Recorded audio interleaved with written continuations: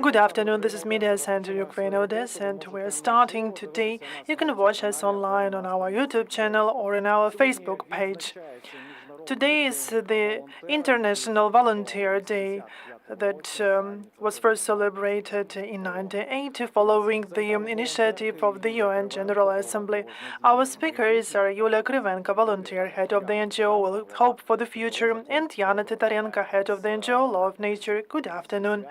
We'd like to congratulate you on the International Volunteer Day and thank you for joining us today.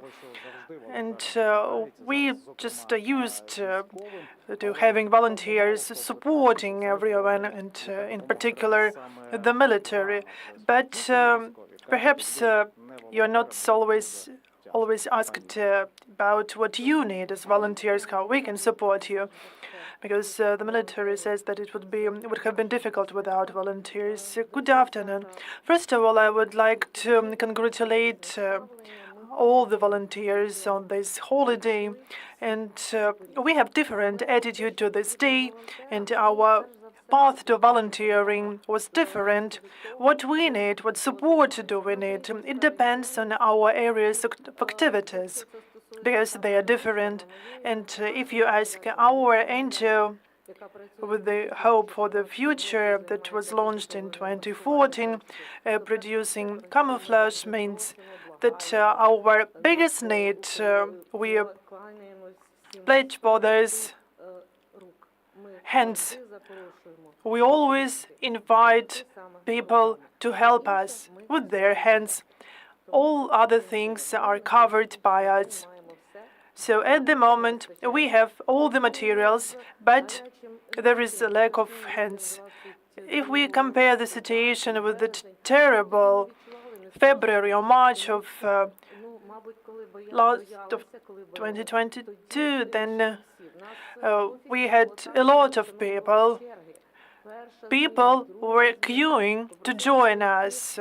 We worked in shifts, and sometimes we asked people to come later because we don't have enough time, enough place to accommodate all the people who wanted to support us. Now we have a well-established team, and it can be compared as a team at a factory, because the first shift starts at 9 a.m. and after 2 p.m. we have our second shift, and there's the third group that come around 5 p.m. after their main work, and they just help us till 7 p.m. That's how we try to just meet the needs of our soldiers. Some people work at home at night because they cannot come to our office. For example, today we've received a camouflage net that was produced by some people for 5 days at night. And what do you think about the decreasing number of people who are willing to support volunteers? I cannot say that there is a decrease, but you've just mentioned that unfortunately there are no such long queues now. Many people who joined us back then left the country. I know that. I know these people personally. Other people have moved to other regions, but they continue volunteering and donating. However, many people just got used, as it was in 2014. And this is the worst thing in our situation, when people get used. And it should not be like that. People should not feel detached from what is happening in our country, starting from the nurseries and schools. I don't say that we should speak about negative things, but people should be aware of what happens in our country and what should we expect from the future, because those people who were children back in 2014 are fighting now for our country. And perhaps this is our biggest calamity, because we don't want those children who are now at nurseries, kindergartens, or schools to fight in 8 or 10 years. This should not be like that. They should have happy childhood and happy future. That's why our current task is to do everything possible for these children not to feel this in the future, but not to make them indifferent now. For them, don't care about their country. And you mentioned that people are getting used. Could it lead to indifference? Yes. In 2014, we had a lot of volunteer organizations, a lot of NGOs, and till 2022, till the full-scale invasion, only several organizations were left in Odessa who continued working. Yes, we didn't work that much or to the same extent as it happens now. But we just worked 3 times per week. We had orders from the military. Sometimes people were surprised about our activities. Someone were ironic about that because people thought that everything was more or less quiet. But with the 24th of February 2022, we were ready because we had an action plan of what to do next. But I think that indifference is unfortunately, despite the big number of volunteers, despite the volunteer movement in Ukraine, which is the best of the best.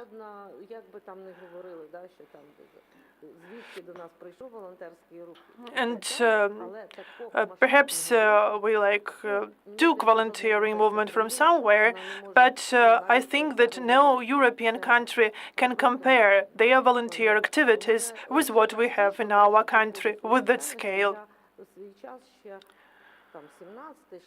In 2016, 2017, I focused a lot on just studying the volunteer movement, including the examples from abroad, in particular, legal framework.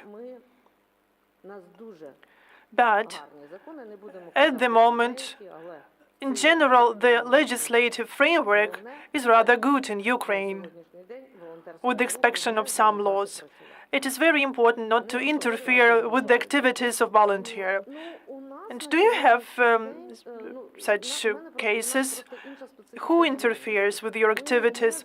We have a different type of tasks. We do not have humanitarian consignments from abroad. We don't have any support from abroad. We are on our own. We use donations and also those people, those hands who every day come to us as to work. And they produce different types of camouflage nets or means. It is very difficult to say what we should expect from the future. But actually, no one interferes with our work. But at night, someone referred to me asking about 350 food kits for the residents of the right bank of Dnipro, because there are a lot of elderly people there who have not left, or those who have already returned because they feel best at home. And I answered that we don't have such food kits, and we will not get this. And they informed me that now it is a problem to get such an amount of food kits from abroad or from internally, even for a big NGO. And we don't need only food, we need a lot of other items and things, like NFIs. Yana, you have a bit different area of activities. You help with animals, but actually I help the military. Animals is just additional activity. I've been a volunteer for the Armed Forces of Ukraine since 2014. As for animals, that was during the period mentioned by Yulia, when we saw that the Ukrainian army was more or less supported by the state, and there was no sense in our activities. And actually, we brought everything, and today I could recall our Marine Corps back then, and we provided everything to them: clothes, food, trenches, things for trenches, etc. But then the state was more focused on the armed forces of Ukraine to the bigger extent than it was at the beginning of the war. And we understood that they were not so much volunteers who just raised money for some expensive things like the sites and some other things, and we decided that we should better support such wide-scale money-raising campaigns than to do something by ourselves. But we could not compare these activities with Yulia and her team. But this is just a separate story, because they continue saving a lot of lives. And it was very important for us to help our guys survive, because those guys were sent to villages, and the locals were very aggressive, and they just fed those guys with poison. They brought grenades and food, and they reported their positions to the enemy. So for us, it was very important to ensure survival of our guys. At the beginning of the full-scale invasion, it was difficult. It was not that difficult to focus for us. There was no chaos, because we had a better understanding of what we should do.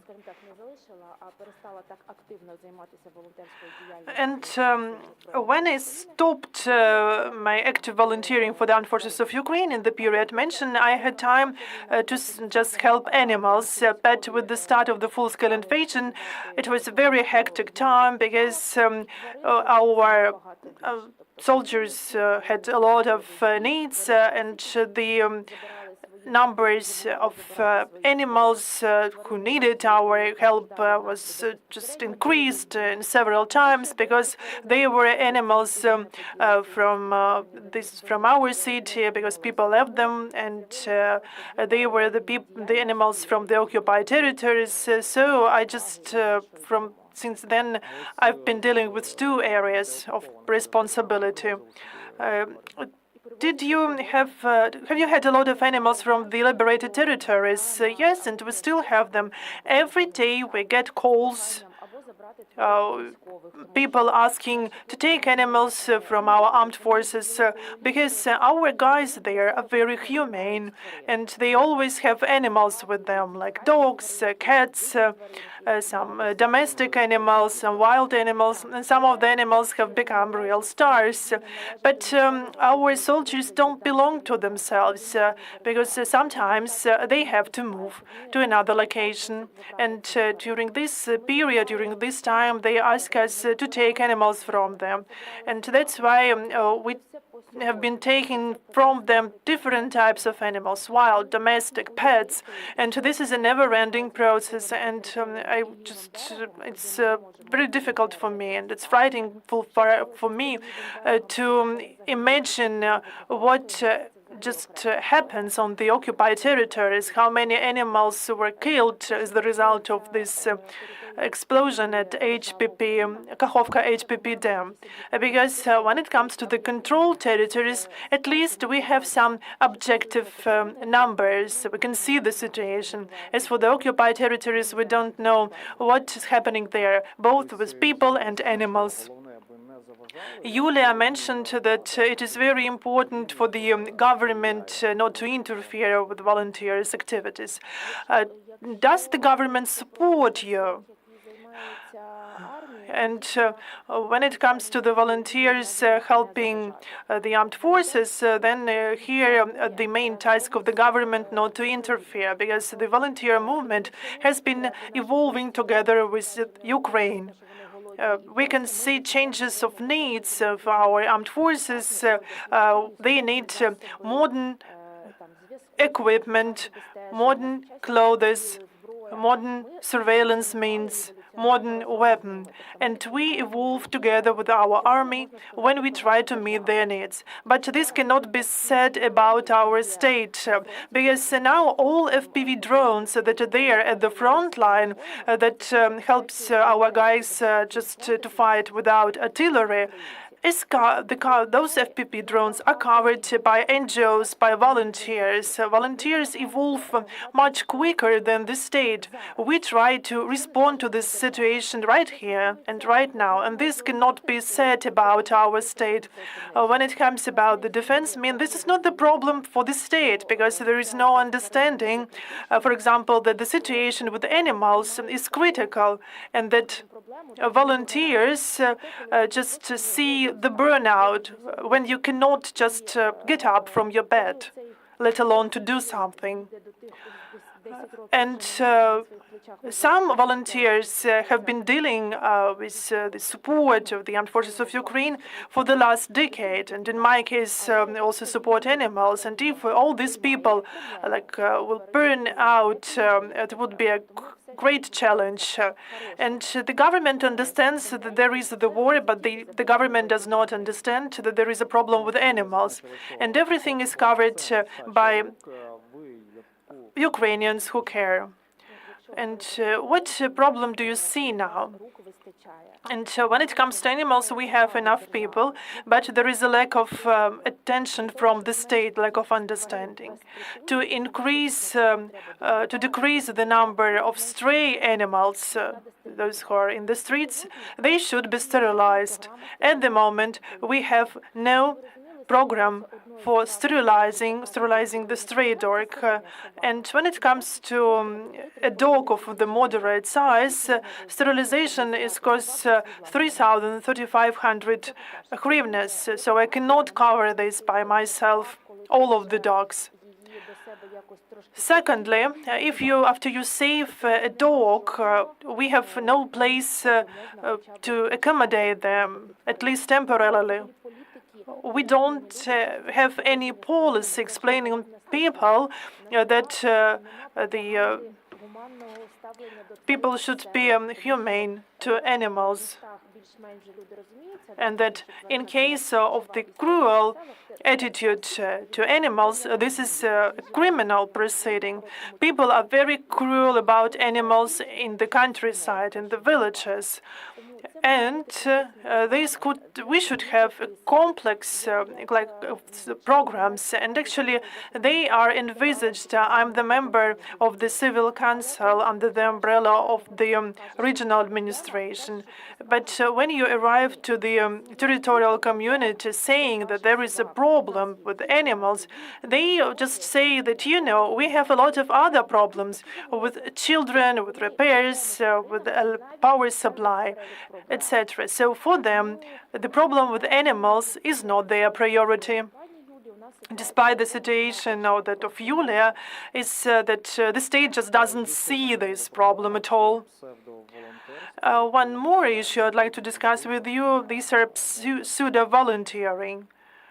And this creates a bad image for the volunteer movement. Don't you think so? No, we don't see this. And this is very easy to check. This is not a problem to reveal such activities. And this is just like single cases.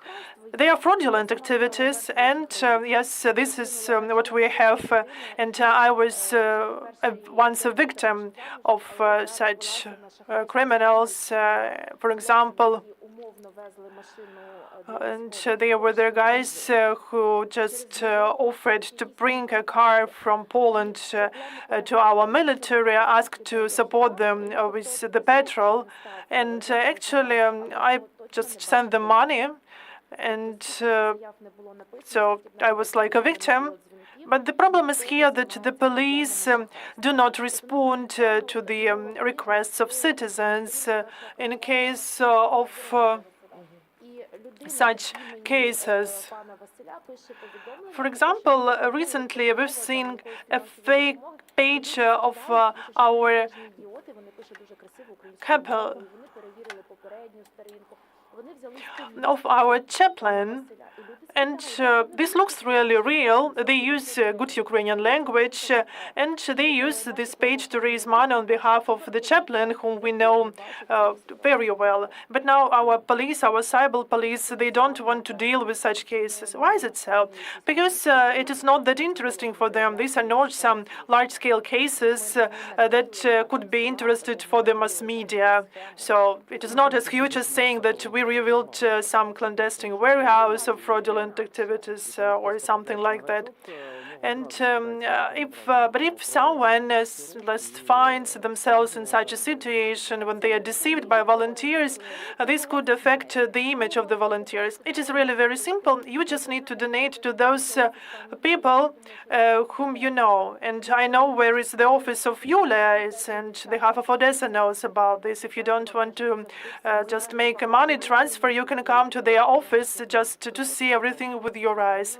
Sometimes people come to us asking what we need, and we need some materials for a camouflage net. I provide contact details of all the producers, and people can buy by themselves and or just send it by a courier to us. It's even easier for me when people buy everything by themselves. The same is with the just protection. People ask what we need, and we say you just can buy some food for dogs, and you can come to us with this food or without it to see with your own eyes those dogs. And you can take pictures. Some people will see those dogs, and perhaps they will take these dogs from that shelter. When it comes, and you can also just visit the clinics, vet clinics whom we work with, and you can just leave your money there. If you want to see how volunteers work, and I just literally live in the dog shelter, you can always visit me at the weekend. And if volunteers are ready to show everything, then perhaps this is a trustworthy person. If this volunteer has a Facebook page that was just created like 5 days ago, that would be a question: should we support them? Every weekend, there is rallies of Odesa residents near the municipal council against the irrational use of funds. What do you think about these rallies? Are they efficient? I believe that any rally, that any action is efficient. And this means that people are indifferent. This is how I see it. The indifference of the Odesa residents, but there is no communication with the local authorities. Communication with the local authorities should be discussed separately, because I believe that there is no communication with the authorities at all, because they are the people who provide some information due to different reasons, but these people are like officials, and they are in the area. They try to communicate with the municipal council. There were attempts, and even today I'm not sure that Yana is aware of this.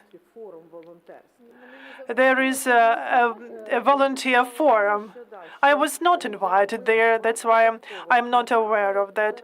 We found the information about the forum just by a chance.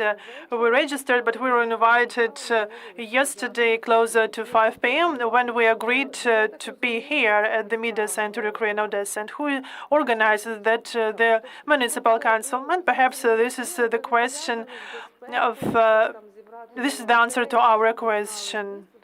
This is not related to safety issues, because they just don't have time during a week to respond to our application. This is quite an interesting situation. As for those rallies, I believe that any rally aimed at focusing on a problem is efficient, and we can see that there is a wave that was started and launched in Odesa and now covering the whole of Ukraine. I also participate in the rallies when I have such an opportunity, because Saturday and Sunday is where I work as a volunteer in our dog adoption center. And but this is great to visit those rallies, because we can find a lot of our friends. Unfortunately, we don't meet that often with our people. Usually it's at the funeral or some rallies.